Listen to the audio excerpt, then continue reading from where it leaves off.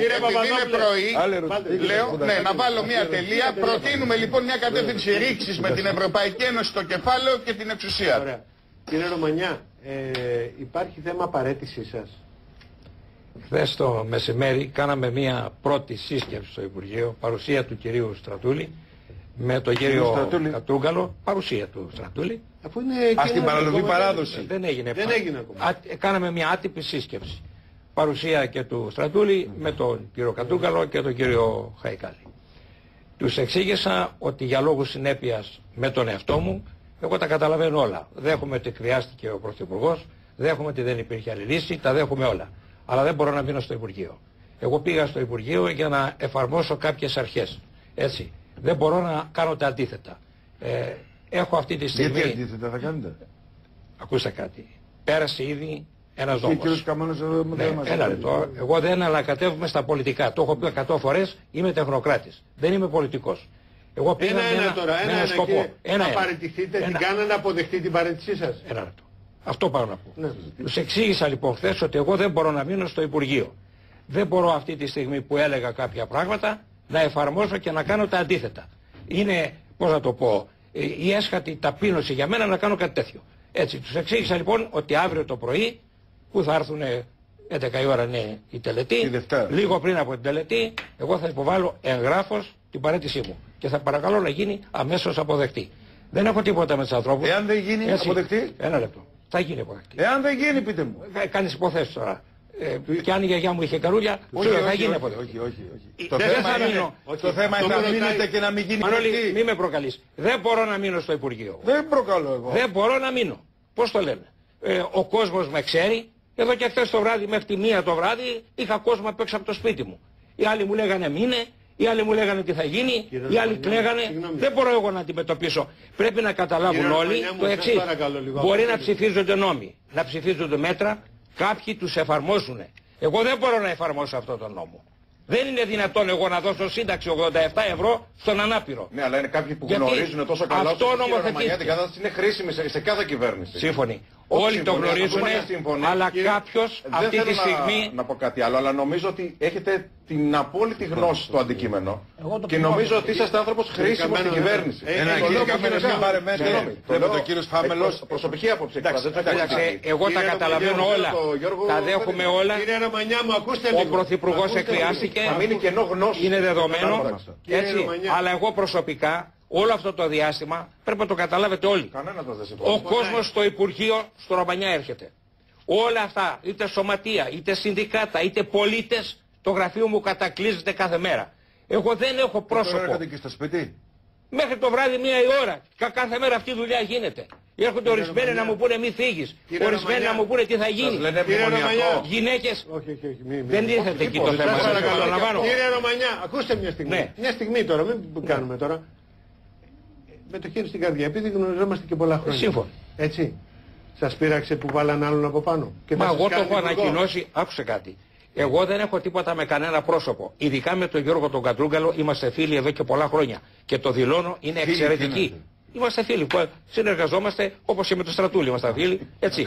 Συνεργαζόμαστε πάρα πολλά χρόνια με τον Γιώργο. Και λέω ότι είναι πολύ καλή τοποθέτηση. Γιατί μα ο κύριος Κατρούγκαλος θα αναλάβει το ασφαλιστικό. Αυτό που λέει ο κύριος Καμένος. Δεν με ενδιαφέρουν τα πρόσωπα, σου επαναλαμβάνω. Εγώ σαν Ρωμανιάς δεν μπορώ να εφαρμόσω ένα νόμο τον οποίο δεν πιστεύω, για τον οποίο δεν με ρωτήσανε. Το Υπουργείο αγνοήθηκε ολοσχερός. Δημοσιογράφοι φίλοι μου φέρνανε τις διάφορες παραλλαγές του νομοσχεδίου. Το νομοσχέδιο αυτό περιλαμβάνει απίστευτες ρυθμίσεις. Ποιος το έγραψε αυτό το νομοσχέδιο? Τώρα μου κάνεις ερωτήματα στα οποία δεν θέλω να απαντήσω. Εγώ δεν το έγραψα πάντως. Ούτε ο Στρατούλης το έγραψε. Ούτε κανείς από το Υπουργείο δεν το έγραψε. Μας ερχόταν από φίλους δημοσιογράφους ιδιωτικώς το ένα σχέδιο μετά το άλλο. Και δεν διστάζω. Οι Γάλλοι. Φίλοι Έλληνες δημοσιογράφοι μου το φέρνανε. Ποιος το έγραψε, λέει, οι Γάλλοι? Ποιος το έγραψε δεν ξέρω. Ή αν και να ξέρω θα τα πω άλλη ώρα. Αυτή τη στιγμή δεν είναι και το θέμα. Και δεν θέλετε να το πείτε. Όχι. Να ρίξετε μια βόμβα. Δεν έχω. Πώς δεν ερχόσετε και ρίχνατε βόμβες.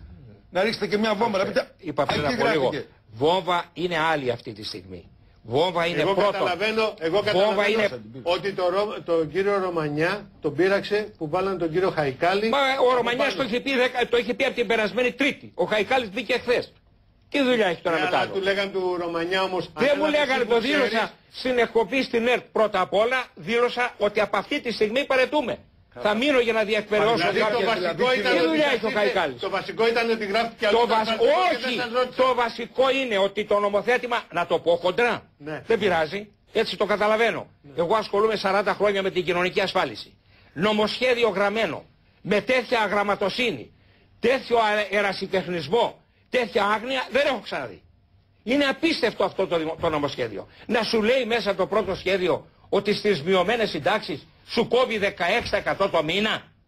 Το μήνα. Είναι άγνοια, κύριε Ρωμανιά, ή ξαφής κατεύθυνση? Όχι, αυτό δεν μπορεί να είναι. Το χρόνο της Ευρωπαϊκής Ένωσης να συμπιεστούν τα ασφαλιστικά δικαιώματα. Άγνοια είναι. Θέλω να κάνουμε σοβαρή. Μην με διακόπτετε. Μην με διακόπτετε. Δεν είναι θέμα αυτή τη στιγμή. Είναι άγνοια. Διότι 16% το μήνα σημαίνει 192% το χρόνο, σημαίνει 900 τόσο τα 100 τα 5 χρόνια. Δεν είναι δυνατόν, είναι άγνοια. Άλλωστε, πρέπει να πληρώνει και ο Στατσίκος, δηλαδή. Πρέπει να πληρώνει 10 φορές παραπάνω από τη σύνταξη που θα έπαιρνε. Αυτό είναι άγνοια.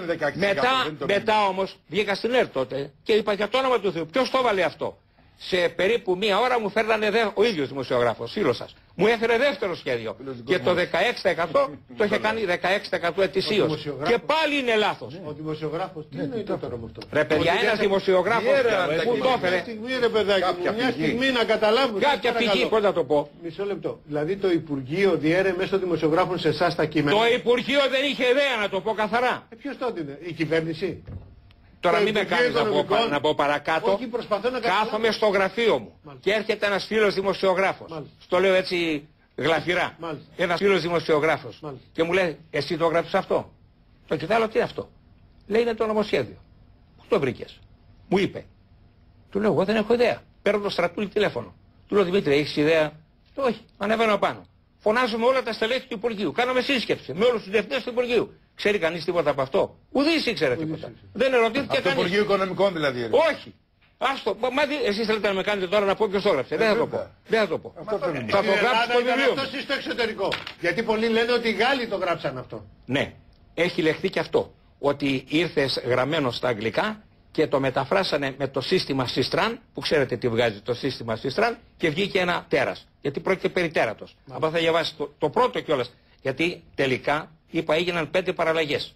Η 5η ψηφίστηκε στη Βουλή. Και μάλιστα με τροπολογία που κατατέθηκε την τελευταία στιγμή. Γιατί στη Βουλή όλοι μιλάγανε για το πολιτικό ζήτημα, επί του νομοσχεδίου δεν είπε κανείς τίποτα. Πώς μπήκε αυτή η τροπολογία δεν το κατάλαβα. Μια ερώτηση μπορώ να κάνω. Η οποία και είναι και απίστευτη τροπολογία. Ποια τροπολογία είναι αυτή? Αυτή που μπήκε και λέει ότι χώρισε ο νόμος 4863 του 2010. Χώριζε αυτούς που είχαν θεμελιώσει μέχρι το 2014 και υπολόγιζε τη σύνταξη με έναν τρόπο, και αυτοί που θεμελιώναν από το 2015 και πέρα με έναν τρόπο. Και τώρα, ναι, από την πρώτη. Και τώρα το αλλάζει αυτό και λέει, δεν με ενδιαφέρει αν θεμελίωνες ή όχι, εφόσον έκανε την αίτηση το 2015, έχεις το δεύτερο τρόπο υπολογισμού, δηλαδή μείωση της σύνταξης. Και πάει παρακαλώ, περίμενε να ακούσει αυτό, κάτσε να σου φύγει η γραβάτα. Και λέει ότι αυτό ισχύει για όσους... Λέει για όσους κάνανε αίτηση από την 1η του Γενάρη του 2015. Δηλαδή έρχεσαι το μήνα Ιούλιο και λες Σταλινού που έκανε αίτηση το Γενάρη όταν του μειώσει τη σύνταξη. Είναι σοβαρά πράγματα. Και αν είναι και πρόωρη κιόλας θα του την καταργήσει. Αν είναι και πρόωρη, πρέπει να πληρώσει και από πάνω. Και τώρα τι θα γίνει με αυτό? Το ψηφίσανε. Αυτό πέρασε. Σου λέω, έγινε τροπολογία και πέρασε. Αλλά το σπουδαίο δεν είναι αυτό.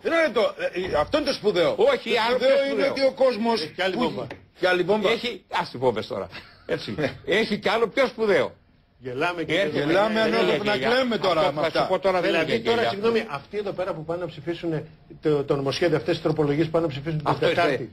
Αυτό είναι μεταφρασμένο είναι. Επαναλαμβάνω μετάφραση είναι. Εγώ αυτή τη στιγμή δεν είμαι εκείνος ο οποίος θα πει ποιος το έγραψε, γιατί το έγραψε, από πού γράφτηκε κτλ. Εγώ τα δέχομαι όλα. Στο πολιτικό κομμάτι δεν ανακατεύομαι. Δεν είναι δική μου δουλειά. Εγώ με ενδιαφέρει μόνο το συνταξιοδοτικό. Έτσι, αυτό με ενδιαφέρει. Έχω λόξα 40 χρόνια και ασχολούμαι με αυτά για να ξέρουν τι ψηφίζουν οι άνθρωποι. Κοίταξε. Τώρα μην κοροϊδευόμαστε. Έχει σημασία και να μείνει για να βοηθάει σε αυτό. Πρέπει να μείνει για να ελέγχει από μέσα. Ένα λεπτό κύριε Ρωμανιά. Επανέρχομαι. Δεν το κατάλαβα.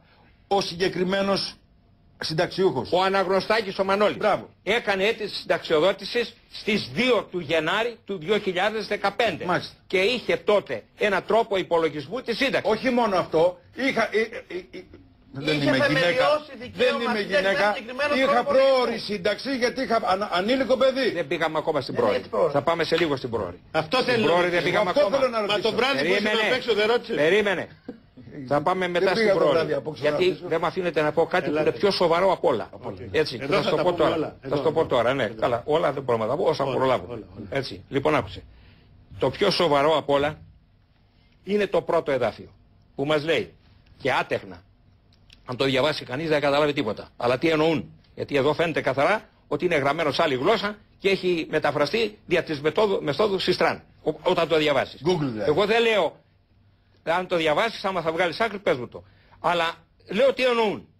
Εννοούν ότι καταργούν τα κατώτατα όρια. Δηλαδή τους κατά τεκμήριον ασθενέστερους συνταξιούχους. Διότι εάν ας πούμε σήμερα είχες 20 χρόνια και είχες χαμηλό μισθό και σου έβγαινε σύνταξη 300 ευρώ ή 320 ευρώ ή 180 ευρώ, δεν σου δίναμε τα 300 ή τα 180, σου δίναμε 486. Είναι το ελάχιστο όριο για να μπορείς να επιβιώσεις. Και αυτό δεν είναι χάρισμα που έκανε η ελληνική πολιτεία, είναι εφαρμογή της Διεθνούς Σύμβασης Εργασίας 102. Το έχουν όλες οι χώρες της Ευρώπης και όχι μόνο. Έτσι. Τώρα τι κάνεις, σου αναλογούν σε αυτά τα ποσά, το οργανικό ποσό είναι 300 ευρώ, 300 ευρώ θα πάρεις. Δεν θα πάρεις τα 486. Ξέρεις πόσοι είναι αυτοί. Δηλαδή καταργείται η κατώτατη σύνταξη. Το κατώτατο όριο. Η κατώτατη εγγυημένη σύνταξη. Και ξέρεις πόσοι. Ψηφίστηκε. Ναι, πέρασε αυτό. Νομοθετήθηκε αυτό. Το πρώτο εδάφιο. Άρα 180 σε αναλογία 180 θα πάρεις. Έτσι ακριβώς. Και ξέρεις, άκου τώρα ουρές εδώ. Ξέρεις πόσοι είναι αυτοί. Το ΙΚΑ σήμερα έχει 1.150.000 συνταξιούχους. Εξ αυτών οι 502.000 είναι στα κατώτατα όρια. Αν πάρουμε τις συντάξεις μόνο γύρατος, το 60% είναι στα κατώτατα όρια. Δηλαδή, ένας που θα κάνει αίτηση και το πάει και αναδρομικά κι αυτό. Από την 1η του Ιουλίου του 2015 πάει. Κύριε Ρωμανιά μου, με συγχωρείτε να σας πω κάτι. Έχει και άλλη ουρά.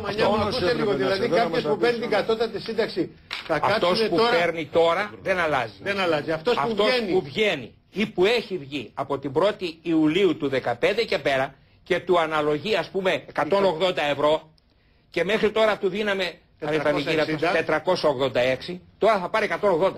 Και αυτή είναι ένας στους δύο. Αυτοί που κάνουν αίτηση για το ΙΚΑ είναι ένας στους δύο. Είναι μεγάλο το ποσοστό. Μα υπάρχουν τώρα ακόμα εργαζόμενοι που βγαίνουν τώρα σε σύνταξη που θα βγουν που δικαιούνται μόνο 180. Υπάρχουν πάρα πολλοί. Ότι πληρώνουμε. Σου εξηγώ ότι υπάρχει το 50% των συντάξεων του ΙΚΑ που παίρνει τα κατώτατα όρια. Που δεν θα τα παίρνουν πλέον αυτοί που βγαίνουν από τώρα και στο εξής. Εδώ υπάρχει και άλλη ουρά. Πρόσεξε να δεις τώρα. Μα πώς να μείνει ο Ρωμανιάς τότε με αυτά. Ακριβώς. Πώς να μείνει. Για ποιο λόγο πρέπει να μείνει. Καλά, μετά να μάθουμε να συζητήσεις πρώτα. Άκου τη συνέχεια. Πάντοτε όταν λέμε για κατώτατα όρια, πάντοτε. Γι' αυτό σου λέω, ο ερασιτεχνισμός εδώ έχει σπάσει το κοντέρ. Όταν λέμε για κατώτατα όρια, τα χωρίζουμε σε τρεις ομάδες. Άλλο το κατώτατο όριο στην σύνταξη γύρατος, άλλο στην αναπηρική και άλλο στην θανάτου, στη χειρίας. Και μάλιστα εδώ υπάρχει και η υποκατηγορία των εργατικών ατυχημάτων. Τι γίνεται τώρα. Ένας που θέλει να βγει είναι ανάπηρος. Κρίνεται από τις υγειονομικές επιτροπές ανάπηρος. Αυτός για να βγει. Από εδώ και μπρος. Πάντοτε από τον 1η Ιουλίου και πέρα. Αυτός για να βγει πρέπει να έχει 5 χρόνια, δηλαδή 1500 ημέρες ασφάλισης. Με 5 χρόνια θα βγάλει σύνταξη 87 ευρώ. Αυτός λοιπόν με την περίπτωση αυτή 320, 360, 380 εξαρτάται. Τώρα θα βγάλει αυτή τη στιγμή 87 ευρώ. Και αν ο φουκαράς έχει πάθει εργατικό ατύχημα που ο νόμος λέει, όχι τώρα, από το 1950 είναι αυτή η ρύθμιση, έτσι. Λέει ότι αν είσαι με εργατικό ατύχημα, δικαιούσε σύνταξη από την πρώτη μέρα. Αυτός θα πάρει 0 σύνταξη. Το εργατικό ατύχημα. Εγώ όταν ήμουν διευθυντής στη ΔΕΗ, είχα μια περίπτωση ενός νεαρού εργάτη που δούλευε στο λιχνητουργείο στην Μεγαλόπολη και έπεσε ένας όγκος χώματος και του έκοψε και τα 2 πόδια. Και τα 2 πόδια.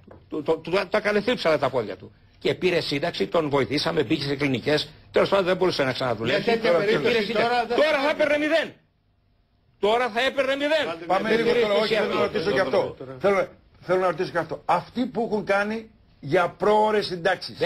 Ένα λεπτό. Να πάμε μέχρι 1η Ιουλίου. που έχουν κατοχυρώσει το δικαίωμα. Να πάμε στις πρώτες. Ξέρω, έχει κάποια συγκεκριμένη περίπτωση και τη γενικεύει για να με ρωτήσει. Θα σου απαντήσω είναι ως πολλοί εξής. αυτοί που έχουν κατοχυρώσει το δικαίωμα. Το ξέρω. Θα σου απαντήσω ως εξής. Ανήλικου παιδιού. Το νομοσχέδιο αυτό, καταρχήν είχαμε συμφωνήσει και αυτό ήταν μια επιτυχία που είχαμε στη διάρκεια, ότι να μην γίνει αυτόματα. Έτσι, είχαμε πει να βάζουμε 6 μήνες ανά έτος. Είχαμε δεχτεί να ανεβούν τα όρια. 6 μήνες ανά έτος. Το νομοσχέδιο, το πρώτο, το δεύτερο, τα δύο πρώτα σχέδια που εγώ είδα, μιλάγανε ακριβώς γι' αυτό. Για 6 μήνες κάθε χρόνο προς αύξηση των ορίων ηλικίας των θεμελιωμένων. Έτσι. Όμως το τρίτο είχε αφαιρεθεί όλο το πακέτο για τις πρόορες συνταξιοδοτήσεις. Αφαιρέθηκε μετά από το τέταρτο, αφαιρέθηκε και ολόκληρο το δημόσιο. Δηλαδή έχουμε μείνει απ' έξω. Μα δεν μου λέτε τώρα τι περίπτωση. Ακούστε κύριε Μα να το καταλάβεις και θα μου πεις. Σήμερα με το νομοσχέδιο που έγινε νόμος το 43-34 δεν προβλέπεται τίποτα για τις πρόορες. Το έχουν αποσύρει για να το κάνουν πιο αυστηρό και να το δούμε την Τετάρτη το βράδυ. Ωραία. Εδώ... Δεν προβλέπεται τίποτα για τις πρόορες. Αυτό που πέρασε αφαιρέθηκε. Θα γίνει. Άρα δεν ισχύει τίποτα. Όχι. Και τι είχε κατατεθεί στην πρώτη? Είχε κατατεθεί ότι προσαυξάνονται τα όρια ηλικίας κατά 6 μήνες κάθε χρόνο. Δεν είναι κακό αυτό. Όχι, δεν είναι κακό αυτό. Δεν είναι κακό, διότι εντάξει. Διότι πρέπει να σταματήσει και αυτή η κοροϊδία. Είχα συμφωνήσει. Δεν πάει να φέρει στα 40, στα 45 και τα λοιπά. Και να τελειώσουν αυτά.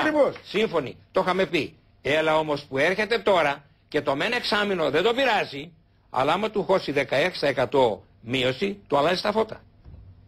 Για αυτούς που αν έχει 5 χρόνια όλοι όσοι έχουν καταθέσει, όσοι έχουν καταθέσει δεν θίγονται. Τουλάχιστον με το νομοσχέδιο που ξέραμε. Εφόσον βλέπετε τώρα τι γίνεται, γιατί συμβαίνουν όλα αυτά, να μας εξηγήσετε γιατί συμβαίνουν αυτά. Τώρα θα πει. Συμβαίνουν τώρα κύριε Καμένο. Εγώ νομίζω ότι μπορούμε πολύ απλά να κάνουμε ένα μικρό σχόλιο, καταλαβαίνοντας την κουβέντα που έχει γίνει. Στο τραπέζι μαζί σας σήμερα έχετε δύο διαφορετικές συλλογικές.